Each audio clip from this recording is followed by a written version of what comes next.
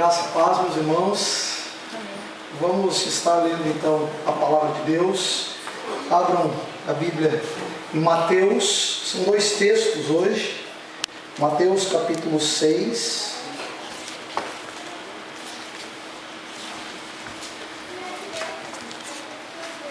Versículos de número 25 a 34. E depois nós vamos ler Lucas 12, 33 e 34. Mas primeiro vamos ler Mateus, depois nós nos dirigimos para Lucas. Todos acharam? Amém. Diz assim a palavra do Senhor: Por isso vos digo, não andeis ansiosos pela vossa vida, quanto ao que haveis de beber, ou melhor, quanto ao que haveis de comer ou beber, nem pelo vosso corpo, quanto ao que haveis de vestir. Não é a vida mais do que o alimento e o corpo mais do que as vestes? Observai as aves do céu, não semeiam, não colhem, nem ajuntam em celeiros. Contudo, vosso Pai Celeste a sustenta. Porventura não valeis vós muito mais do que as aves?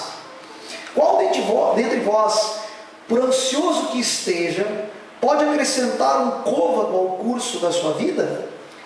E por que andais ansiosos quanto ao vestuário? Considerai como crescem os lírios do campo. Eles não trabalham, nem fiam. Eu contudo vos afirmo que nem Salomão, em toda a sua glória, se vestiu como qualquer um deles. Ora, se Deus veste assim a erva do campo, que hoje existe e amanhã é lançada no forno, quanto mais a vós outros, homens de pequena fé? Portanto, não vos inquieteis dizendo que comeremos, que beberemos, ou com que nos vestiremos, porque os gentios é que procuram todas estas coisas, pois vosso Pai Celeste sabe que necessitais de todas elas. Buscai, pois, em primeiro lugar o seu reino e a sua justiça, e todas estas coisas vos serão acrescentadas. Portanto, não vos inquieteis com o dia de amanhã, pois o amanhã trará os seus cuidados, basta ao dia o seu próprio mal. Então agora leiamos Lucas, capítulo 12, versículos 33 a seguir. 33 e 34, só estes dois. Vendei os vossos bens e dai esmola. Fazei para vós outros bolsas que não desgastem, tesouro inextinguível nos céus, onde não chega o ladrão, nem a traça consome. Algumas versões falam ferrugem. Porque onde está o vosso tesouro, aí estará também o vosso coração. Os irmãos podem sentar, e Deus abençoe as expressões da sua palavra. Meus amados irmãos, esse é um texto que eu particularmente gosto muito dele. Já preguei ele mais de uma vez, sobre diferentes aspectos, diferentes óticas. E quando conversando com o nosso pastor Rodrigo sobre o que seria interessante que nós pregássemos, tão logo fosse terminada a nossa série, né, a gente conversou sobre isso, e no meu coração eu pensei, eu vou ver o que poderia ser dito, não para acrescentar, a série já está encerrada, mas como o nosso pastor falou semana passada sobre a questão financeira, e essa é uma das pressões que todos nós sofremos, essa noite eu gostaria de compartilhar algo sobre a ansiedade, que está vinculada, pelo menos nesse texto, ao cuidado da nossa vida. E claro que o enfoque aqui não é somente financeiro. Nós vamos falar sobre ansiedade num sentido mais amplo, não só vinculado ao enfoque financeiro, embora saibamos que um dos grandes problemas que nós enfrentamos hoje está vinculado a isso. Um dos problemas, meus irmãos, da nossa sociedade pós-moderna é a ansiedade. Talvez é um dos maiores problemas que nós enfrentamos. Eu penso que se cada um de nós pudesse hoje subir aqui ao púlpito e abrir o coração sobre a sua vida, sobre os seus projetos, com certeza a maioria de nós, não posso afirmar que todos, mas ou uma parte aqui, daqueles que congregam aqui no Botânico, iriam dizer algo sobre as ansiedades que tem com relação à sua vida, os anseios que tem quanto à sua vida. E na verdade, quando nós lemos esse texto, o texto começa falando no versículo 25 de Mateus. Jesus começa dizendo: não andeis ansiosos quanto à vossa vida. É claro que aqui, meus irmãos, Jesus não está combatendo toda e qualquer ansiedade. A ansiedade faz parte. Ter anseios faz parte da natureza do ser humano. Quem não tem anseio, quem não tem desejos, não pode ser considerado ser humano. É um robô, você vai o quê? Vai lhe faltar um elemento volitivo, vai lhe faltar vontade, ele não pode ser ser humano. Todos nós ansiamos algumas coisas.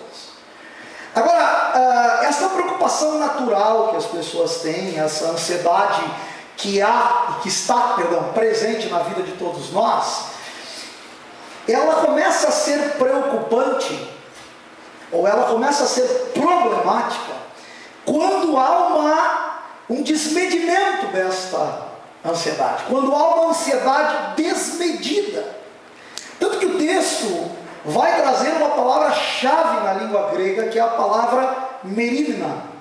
A palavra merimna, meus irmãos, tem a ver com a pessoa estar distraído em várias direções. É isso que ela quer dizer na língua grega, certo? Jesus vai associar isso às necessidades básicas: comer, beber, enfim, vestuário, comida.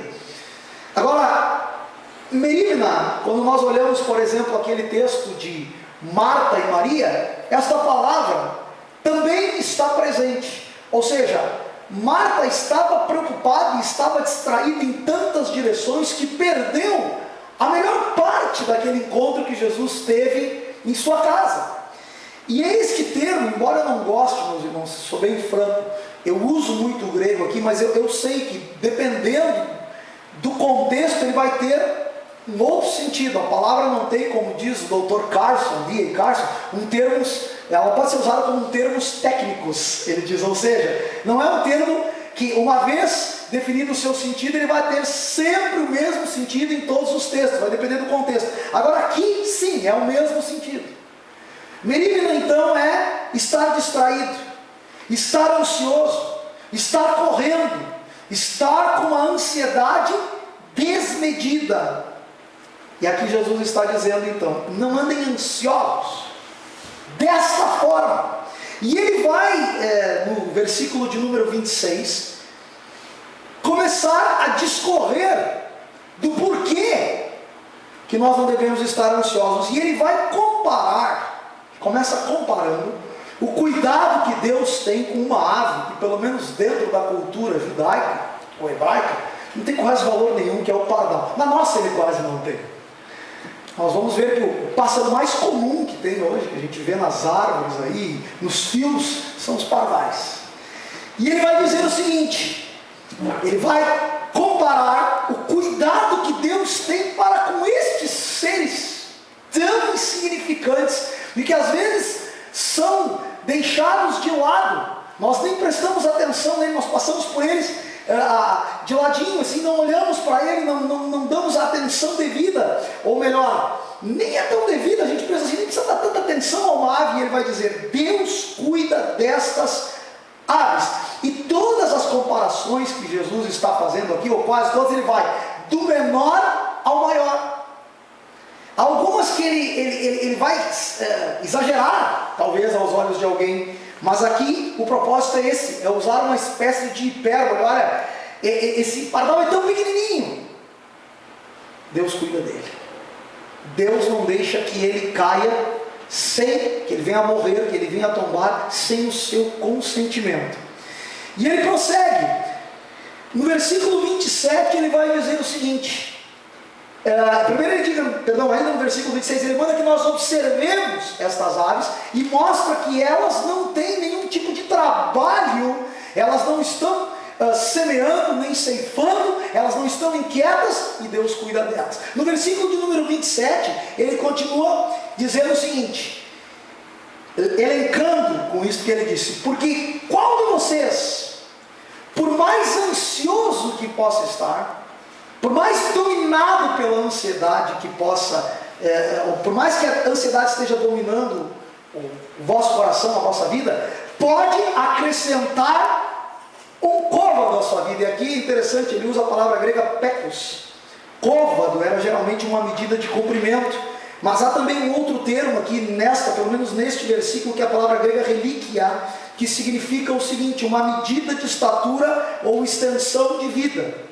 Ela pode ser também empregada, tanto pecos como relíquia, para indicar uma medida de tempo, mas aqui é a ideia de esticar a vida. Deus está dizendo aqui, Jesus está dizendo aqui: vocês estão ansiosos, mas saibam de uma coisa: Deus controla tudo, e essa ansiedade não produzirá nada. Vocês não têm como esticar em nada a vida de vocês.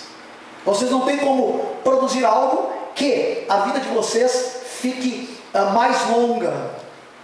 Claro, meus irmãos, aqui eu não estou dizendo, e nem o texto está dizendo, que nós não devemos cuidar da nossa saúde. E é claro que há pessoas que acabam detonando a sua vida por viver uma vida desregrada. Mas a ideia aqui é de alguém que pode tornar sua vida mais interessante ou melhor por meio da ansiedade. A ansiedade não vai produzir isso, pelo contrário, ela vai destruir a vida daqueles que não têm o devido cuidado consigo mesmos.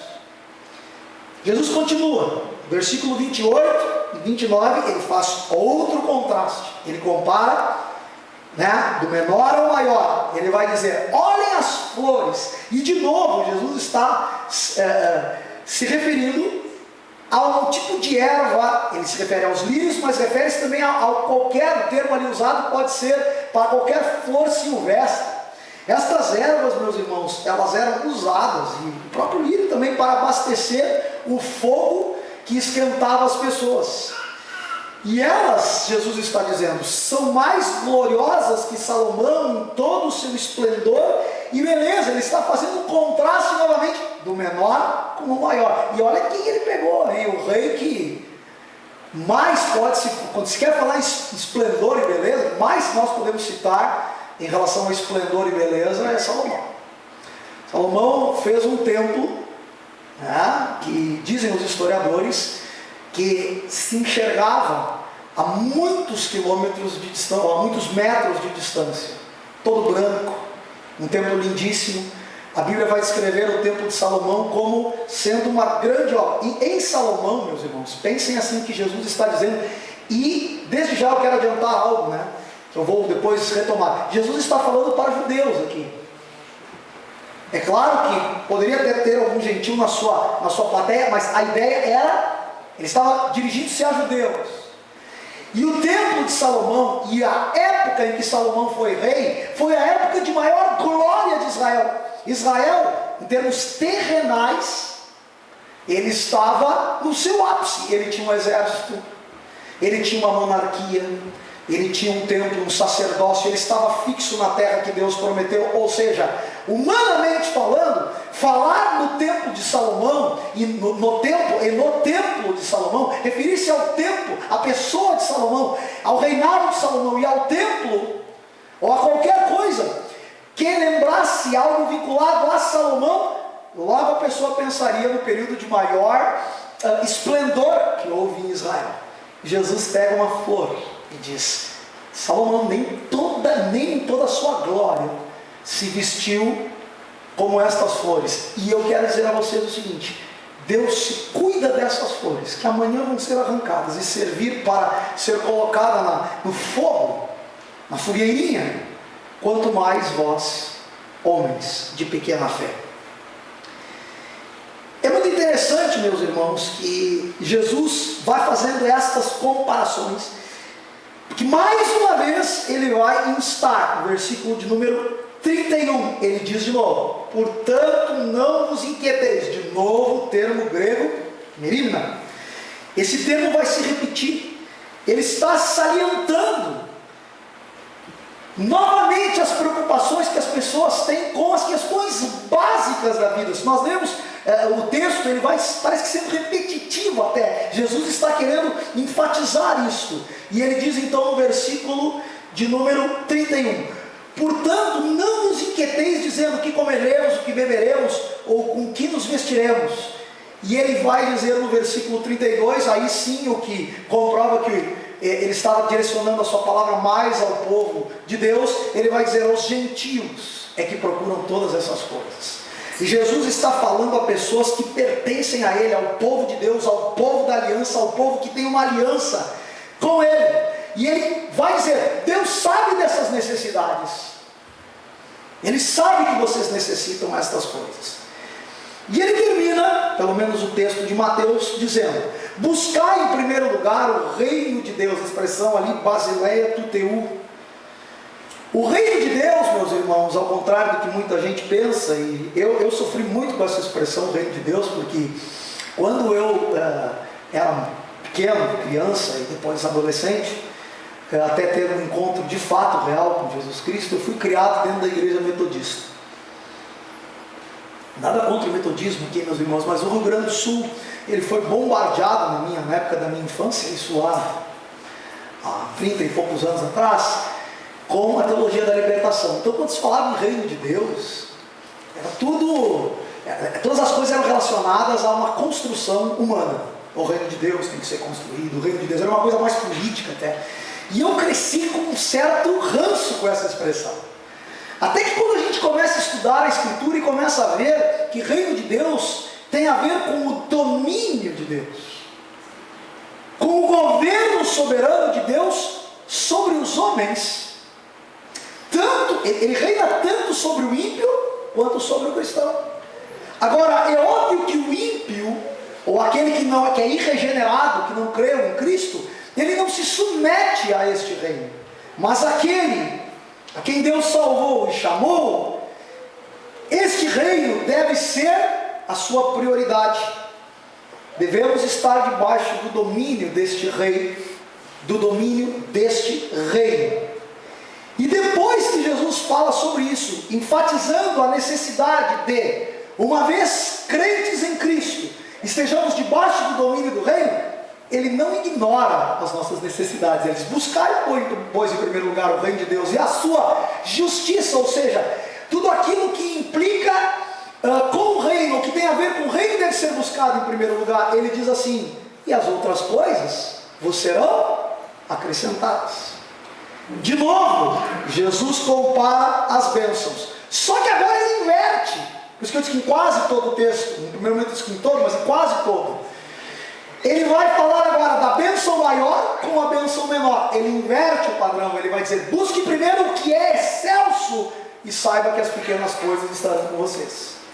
E ele termina, pela terceira vez usando a palavra merigna, no versículo 34, dizendo: não vos inquieteis. Portanto, ele está fechando o seu discurso. Portanto, não vos inquieteis com o dia de amanhã, basta cada dia seu mal. Aqui Jesus usa um provérbio, que ele é quase equivalente a isso que nós temos hoje, assim, ó: viva a cada dia de uma vez.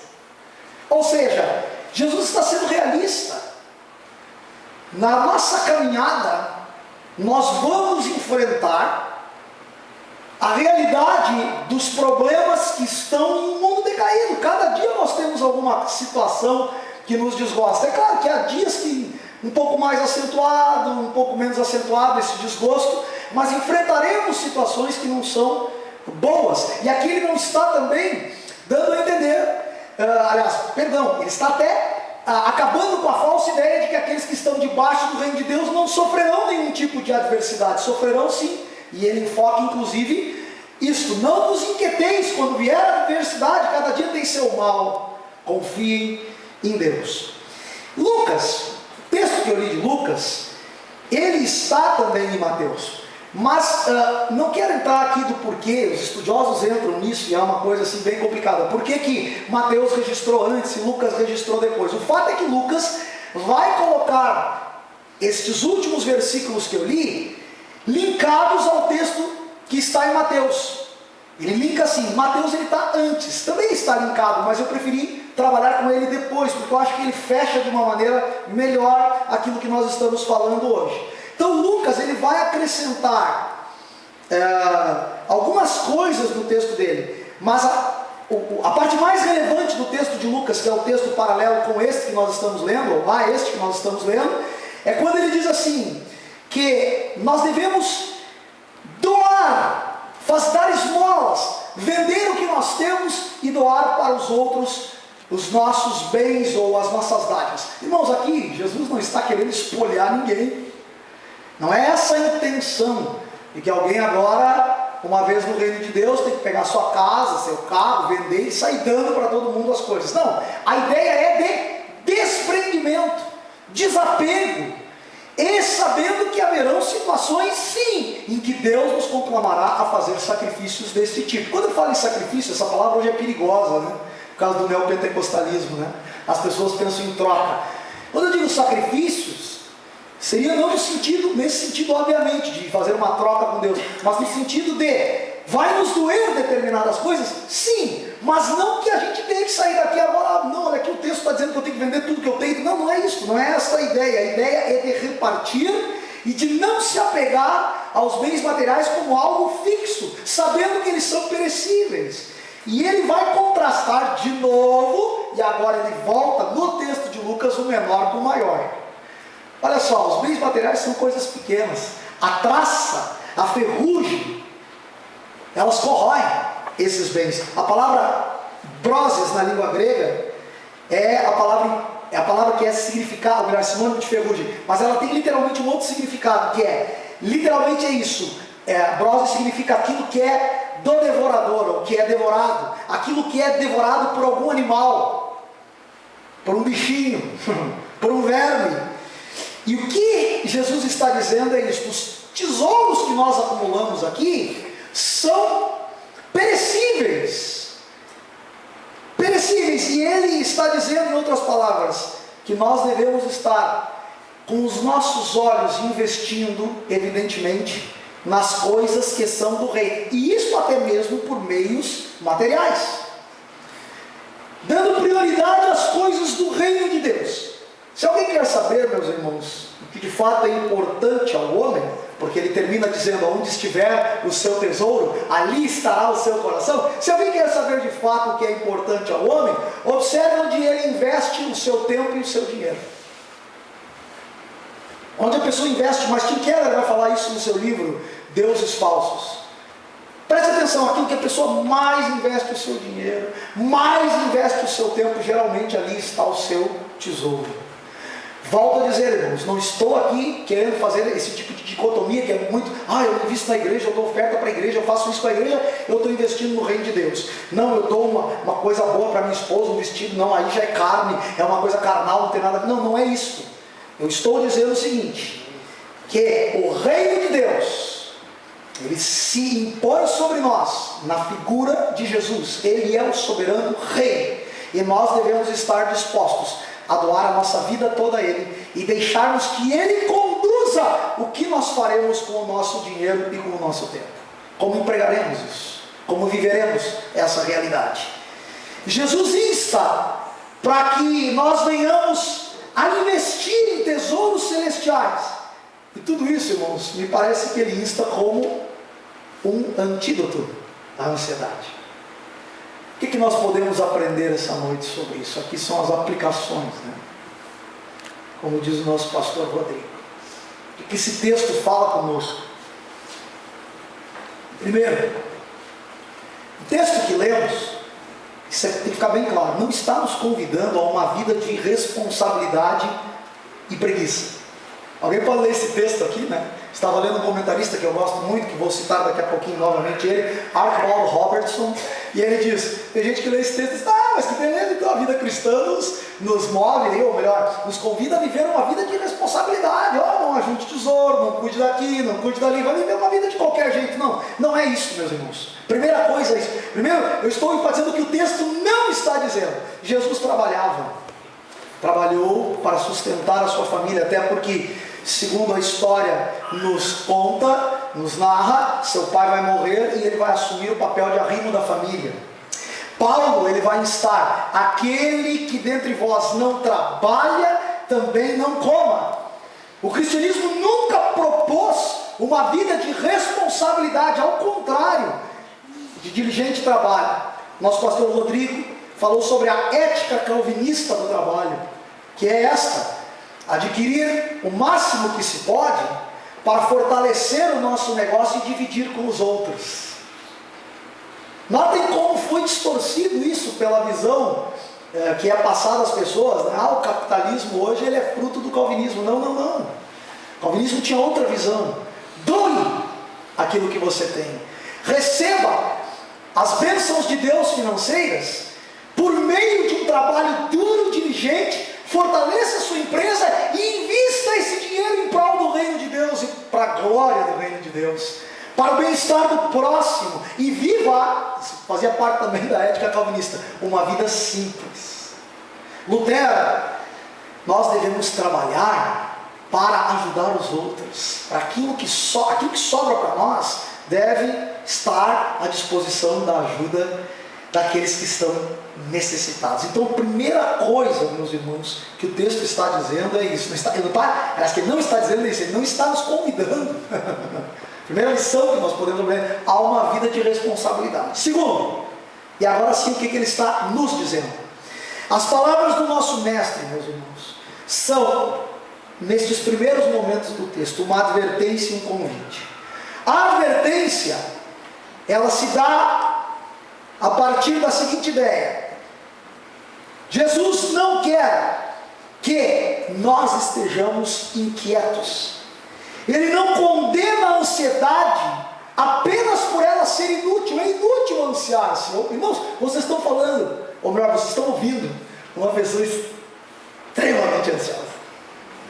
Eu sempre prego primeiro para mim, meus irmãos, nunca prego para os outros. Diz que Lutero pregava, né? Perguntaram por que prega sempre o mesmo sermão todo domingo sobre a justificação pela fé? Porque vocês no meio da semana vocês esquecem, né? Ele disse assim. Eu prego para mim não esquecer. Está ali igual, convive comigo. Eu sou ansioso mor da República. Então eu prego primeiro para mim. Ele não condena a ansiedade, irmãos, por ela ser inútil apenas. A ansiedade é inútil, sabia? Você ficar ansioso não vai resolver nada. Nada. E ele, Jesus, e aí isso fala muito, me confronta muito, não sei quanto a você. Ele denuncia que a ansiedade é também sinal de incredulidade, meus irmãos. E revela, de certa forma, a nossa falta de fé no Senhor. Quando nós nos tornamos ansiosos, nós estamos, de alguma forma, dizendo assim: Deus, tu não está no controle de tudo, de cada detalhe. Tu estás no controle de algumas coisas, mas de outras deixa que eu cuido de mim. Isso é próprio daquele ser que é ansioso, e é próprio da minha vida, e eu luto muito com isso, para que Deus seja o Senhor e eu deixe Ele ser o Senhor. Às vezes algum problema aqui ou acolá, eu me desestabilizo e digo: Jesus, depois só eu sei, quando eu vou à oração, eu digo: Jesus, me ajude, porque eu preciso aprender de Ti o que é não ser tão ansioso. Essa noite o meu desejo, o desejo deste que vos fala, é que vocês deixem o Espírito Santo sondar os corações de vocês. Que nós deixemos o Espírito Santo sondar os nossos corações. Volto a dizer, meus irmãos, um certo grau de ansiedade é normal. Mas viver ansioso, viver em agonia quando as coisas não dão certo, revela incredulidade. E revela também falta de fé no Senhor. Aprender a confiar no outro, meus irmãos, é parte da nossa natureza pecaminosa. Quem é que quer dar a sua vida para outro cuidar? Ninguém. Nós queremos nós cuidarmos das nossas coisas. Uma vez vi o Caio Fábio pregar, dizendo uma coisa que eu concordo. Ele disse que vocês pensam que Adão e Eva eram bobos que não sabiam discernir o que era o bem e o que era o mal, porque foi posto uma árvore no meio do jardim. Eu já disse isso aqui algumas vezes, mas aqui cabe dizer de novo. Foi posto uma árvore no meio do jardim, eles eram dois tapados. Quando comeram daquela árvore, pronto, agora nós sabemos o que é o bem e o mal. Não, eles tinham que ter algum discernimento moral, senão não poderiam escolher. E eles eram agentes livres. O homem vai perder seu livre-arbítrio depois da queda, mas antes ele é livre, completamente livre. E o que vai acontecer? Eles, quando comem saindo daquele fluxo, damos para nós mesmos o que é bom e o que é mal. Nós vamos decidir o que é bom e o que é mal. Eu vou decidir o que é bom para mim, e todo pecado é assim. O camarada é casado e diz, não, o que é bom para mim é o adultério. Ele está decidindo, ele não está ouvindo Deus dizer o que é bom é o casamento. Ele diz, não, o que é bom é o adultério, e ele faz o que ele quer. Ele é independente de Deus. Contente com a sua situação financeira. O camarada diz, não, eu preciso roubar para ter o que eu quero. Então eu vou roubar, eu vou ser corrupto. Mais uma vez ele está dizendo, eu sei qual é o padrão divino, mas eu faço o que eu quero. Então veja bem, meus irmãos, é difícil nós, na nossa natureza, querer confiar na nossa vida a outra. A gente sempre tem uma desconfiança. Isso é próprio da natureza decaída do ser humano. Agora, quando nós não confiamos, nós revelamos isso, incredulidade no Senhor que nos cuida. Esta é a advertência, mas Jesus também nos faz um convite. Que convite é este? Ao descanso em Deus por meio da fé. Sabe, irmãos, toda a vida do cristão é uma vida de fé. E nós falamos muito sobre isso. Só que parece que quando chega nesse ponto, não, deixa que eu faça a minha agenda, Deus. A minha agenda, deixa que eu cuido. Certo? Parece que falamos demais, mas às vezes falhamos em crer e andamos conforme a nossa direção. Como diz uma música do Petra, há muito falar e pouco caminhar. Parece que nós temos um descompasso no nosso despeito, no nosso discurso e a nossa prática. Não, eu confio em Deus, amém? Mas quando chega um determinado momento, eu tomo a minha decisão. Quando você vai fazer alguma coisa, quando eu vou fazer alguma coisa, nós consultamos a Deus, nós oramos, Senhor, nos dê a tua direção, nós olhamos para a palavra, este é o caminho da palavra, ou nós tomamos decisões da nossa própria mente, do nosso próprio coração. Lutero disse, a fé é um salto para a vida e para a morte. Nós precisamos viver por fé em tudo, meus irmãos, não departamentalizarmos a vida. Aqui eu vivo por fé, aqui essa área é sacra, essa área é santa, Deus me diz, essa não, essa é comigo, eu vou fazer o que eu quero e ponto final. Então essas duas coisas nós podemos aprender, uma advertência e um convite. Terceiro ponto, Deus, meus irmãos, Ele está dizendo nesse texto, que embora nós somos ansiosos, que às vezes não confiamos nele, Ele suprirá todas as nossas necessidades. Deus, meus irmãos, como um Pai amoroso, Ele não vai deixar faltar nada do que é necessário para nós. Ele pode deixar faltar momentaneamente. Pode. Se nós lermos a vida do apóstolo Paulo, nós vamos ver que ele disse que tinha fome. Comida é uma coisa essencial, mas não foi a vida inteira dele, foram momentos. Nós podemos passar por momentos difíceis, mas Deus vai suprir as nossas necessidades. Agora, muito das ansiedades que hoje se tem nessa época pós-moderna acontece porque queremos além das nossas necessidades. Não tem nada de errado em querer coisas boas, meus irmãos. Eu gosto de coisa boa. Água mineral ou da torneira? Mineral. Coca-Cola ou Fruc-Cola? Nem preciso falar, né? Tem nem. Não tem. Todos nós gostamos de coisas boas. Quem não gosta? E não é ilícito isso. Não é pecado isso. O problema é quando nós não sabemos discernir o que é necessidade e o que é luxo, o que é necessidade e o que é banalidade, e às vezes ficamos ansiosos. Olha, eu ainda não tenho aquele carro que eu quero, olha, minha casa ainda não está como eu quero, olha, eu ainda não consigo viver o patamar que eu quero ministerial, eu tenho uma ansiedade ministerial, olha, eu tenho isso, eu tenho aquilo, olha, e aí a pessoa vive uma maluquice e não se contenta com o que tem. E aí acaba sofrendo. E de certa forma, ela está dizendo para o Senhor, o que tu me dás, o que tu me dá para mim, o que vem de ti, não é suficiente. Creiamos que Deus cuida de nós, meus irmãos, porque Ele cuida. Ele nos dá tudo o que nós necessitamos. Nós podemos ser felizes, porque o nosso Deus tem cuidado, não só das nossas necessidades físicas, emocionais, Ele cuida de nós. Quarto e penúltimo, Jesus declara que devemos buscar em primeiro lugar o reino de Deus e a sua justiça. O reino é a prioridade. Agora aqui eu preciso esclarecer uma coisa. Muitas vezes nós lemos esse texto dessa forma. Quer ver? Olha, o negócio é o seguinte, ó, Jesus está me exigindo que eu faça tudo que Ele quer no reino, e Ele vai fazer uma troca comigo, e eu tenho essa capacidade de fazer isso e mais. Ele está me exigindo algo extremamente ético, e moral. Mais uma vez cito Archibald Robertson, um estudioso do grego. Ele vai dizer que esta sentença, buscar em primeiro lugar, é uma resposta aos que só veem comentários éticos no Sermão do Monte. Nas bem-aventuranças, meus irmãos, Jesus vai descrever o homem de coração novo, ou seja, em outras palavras, aqui a graça de Deus está em primeiro lugar, ela está acima da ética e ela é o único elemento que pode fazer com que nós vivamos sem ansiedade.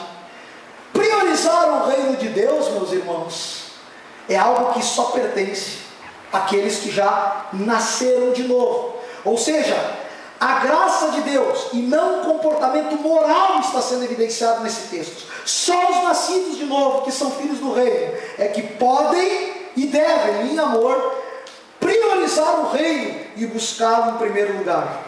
Busquemos esse reino de Deus. E o que ele é? A submissão completa e total da nossa vida ao senhorio de Jesus. E que tudo que nós façamos, qualquer pensamento, qualquer atitude, seja vivenciado para a glória de Jesus, para o soberano deste reino. Ele é soberano, meus irmãos.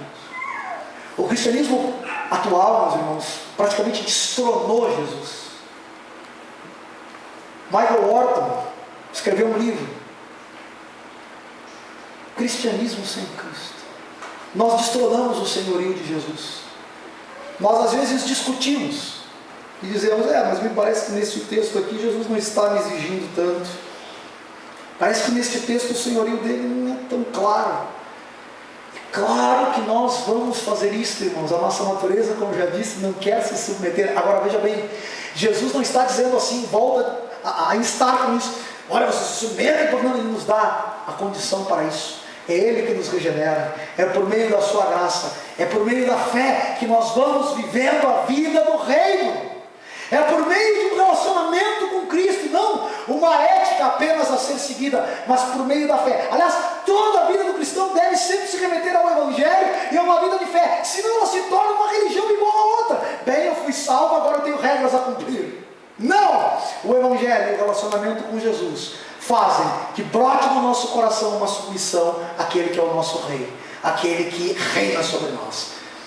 E por último, quando nós quisermos descobrir o que é mais importante para nós, o melhor é identificar onde investimos a maior parte do nosso tempo, dinheiro e vida. É aí que está o nosso coração.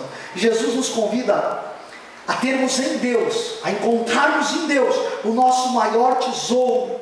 E a pergunta que eu faço a mim e a você: tem sido Deus o nosso maior anseio de viver?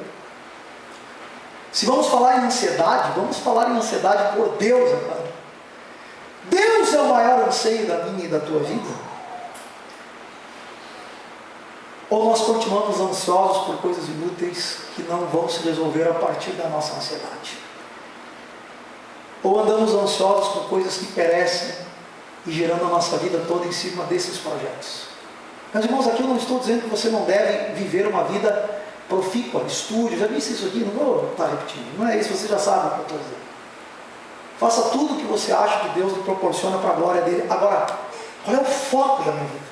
Qual é o centro da minha vida? Nós cantamos que seja o meu universo. Quando nós levantamos, quem é a primeira pessoa que nós pensamos? Quando nós estamos a deitar, quem é a primeira pessoa que nós pensamos? Quando nós temos que tomar uma decisão, nós levamos em conta o senhorio de Jesus. O nosso andar diário, os nossos, como dizia Spurgeon, os nossos quefazeres diários são permeados e recheados de Jesus Cristo. Tudo deve ser para Ele. Que Ele seja o nosso único tesouro.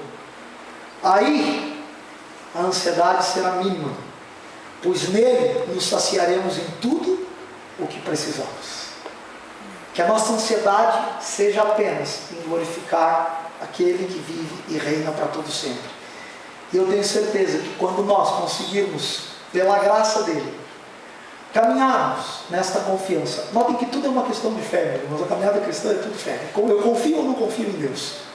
Pastor Rodrigo disse muito bem, excelente, um dia que ele disse para nós que o diabo não está preocupado com nenhuma das nossas tribulações, por elas em si. Ele quer destruir a nossa fé em Cristo. Porque fazendo isso, não tendo confiança em Cristo, é óbvio que a ansiedade virá.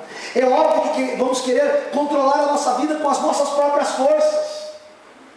Agora, quando nós confiamos que há um Deus de amor que nos cuida, a ansiedade reduz. Essa igreja é uma igreja composta. Eu brinquei hoje, eu encerro dizendo isso. Eu cheguei aqui, cumprimentei o Rafa, cumprimentei o Edileno, o Robson, estavam naquele cantinho. Eu disse: eu sou um dos anciãos aqui da igreja. Temos o nosso irmão Arsal, temos o nosso irmão Rogério, e eu sou o ancião também. Somos os anciãos aqui. Vocês são predominantemente jovens. Estão cheios de ansiedades. Estão cheios de planos nos corações de vocês. Mas onde está Jesus nesses planos? Onde está o Senhor?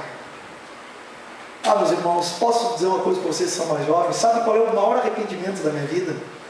É o tempo que eu investi em coisas que pereciam. E eu fiz bastante isso. Ainda faço um pouco. Hoje a gente vai ficando velhinho, né? A perninha, você tem escrito, a perninha vai falseando. Aí a gente anseia menos. A gente vai vendo que tem coisas que são ilusórias. A gente vai crescendo também em graça e vai vendo que tem coisas que não é por aí. Agora, como alguém que é extremamente ansioso, ainda na sua entrada já para a velhice, eu digo a vocês, de tudo que vocês forem fazer na vida, busquem o reino de Deus em primeiro lugar. Busquem a Deus, meus irmãos. Saiam daqui e coloquem em Deus tudo o que é a sua, ou melhor, o desejo de conhecer a Deus, toda a sua ansiedade, todo o seu desejo esteja voltado nisso. Eu quero conhecer a Deus, porque todo o resto perecerá, meus irmãos. Mas o conhecimento que nós temos de Deus, aquilo que nós sabemos de Deus, a comunhão que nós temos com Ele, ela é o maior tesouro que nós temos. E muitas vezes nós negligenciamos isso. E Jesus não está aqui para nos condenar.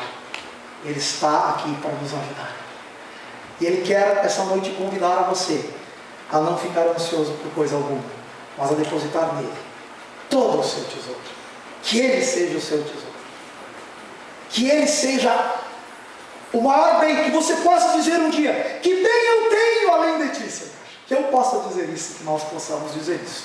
Com certeza, a ansiedade vai desaparecer, ou se ela existir, vai ser mínima.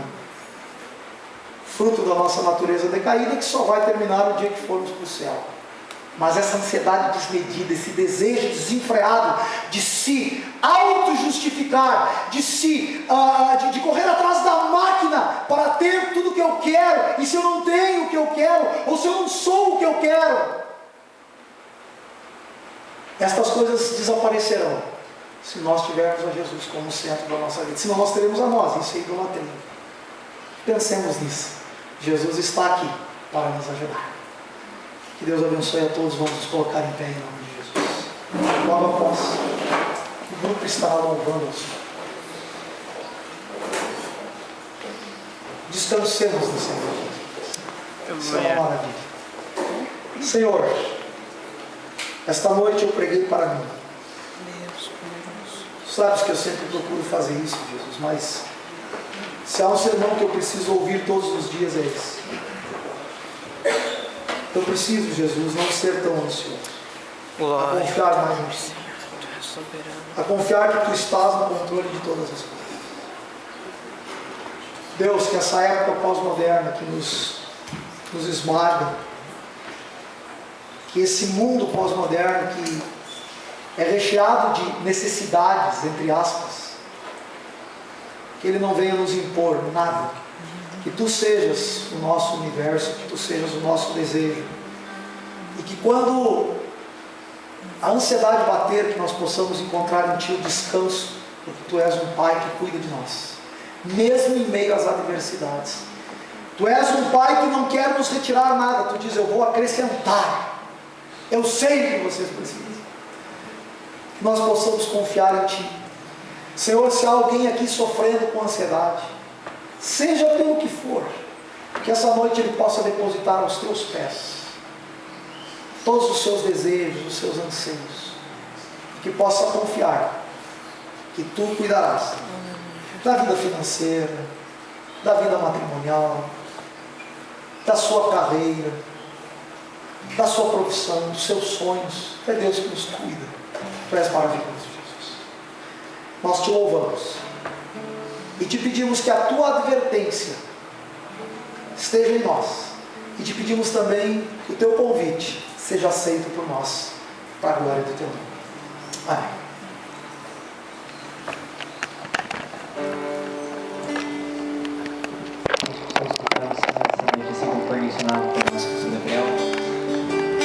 Nós possamos fazer dessa canção a nossa oração, que possamos confiar nele e nos rendermos ao seu senhorio, e sabemos que a sua presença é o suficiente para nós vivermos.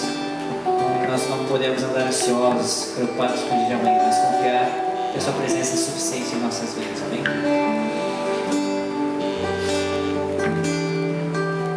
A Ti eu vou clamar, pois tudo vem de Ti e tudo está em Ti. Por Ti vou caminhar, Tu és a direção, o som a mim